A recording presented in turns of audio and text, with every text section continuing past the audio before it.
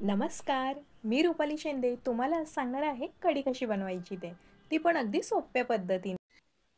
सर्वात आधी मी इथे घेतलेला आहे 2 वाट्या इथे दही आणि नंतर या दह्यामध्ये हे मी बेसन घेतलेलं आहे.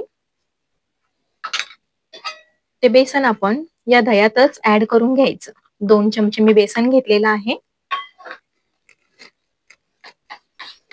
आणि मस्त मिक्स करून घ्यायचं. याने काय होतं, आपली कढी फुटत नाही. आताच मिक्स करून घेतलं की दह्यात हे बेसन की ताक किंवा कढी फुटायचे चान्सेस खूप कमी असतात. आपली कढी फुटत नाही म्हणून आधीच दह्यामध्ये बेसन ऍड करून छान असं मिक्स करून घ्यायचं. आणि आता आपल्याला हवं तितकं पाणी यामध्ये ऍड करायचं. मी ते पाणी ऍड करते. तुम्हाला जशी कढी पातळ हवी असेल, जशी घट्ट हवी असेल तसं इथे तुम्ही पाणी ऍड करू शकता. पाणी ऍड करून झाल्यावर देखील मस्त असं त्याचं ताक करून घ्यायचं. दह्याचं ताक करून घ्यायचं.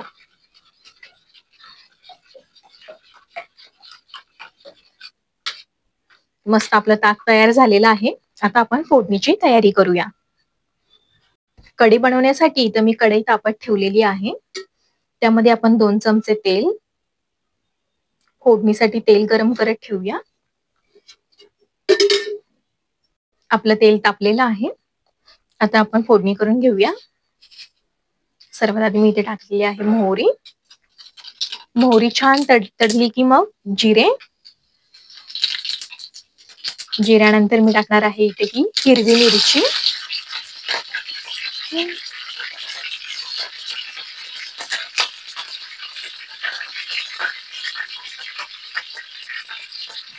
हिरवी मिरची नंतर कढीपत्ता, हिंग आणि तुम्हाला हवी असेल तर हळद ऍड करू शकता. नको असेल तर नाही टाकली तरी चालते. मी इथं थोडीशी हळद पण ऍड करणार आहे. हळद टाकून झाल्यावर आपण बेसन मिक्स केलेले ताक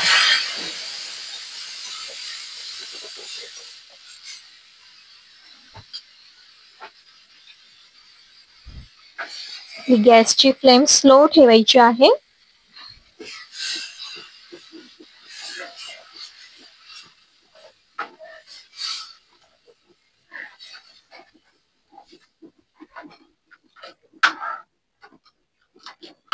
आणि आता आपल्याला हवं तितकं पाणी ऍड करून या कढीला एक उकळी येऊ द्यायची आहे.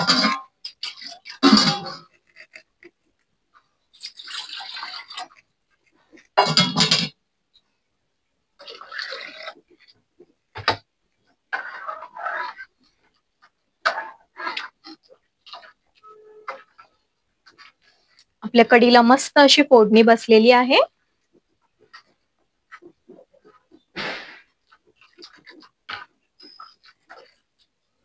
आणि कढीला उकळी आली की मग त्यावरून कढी गोड हवी असेल तर साखर आणि चवीनुसार मीठ टाकून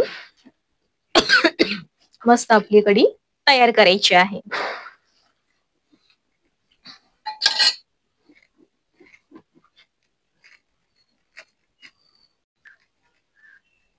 कशी वाटली मग ही कढीची रेसिपी? आहे की नाही मस्त आणि छान छान सोपी अशी रेसिपी. आणि हे बघा आपली कढी कुठे फुटलेली पण दिसत नाहीये.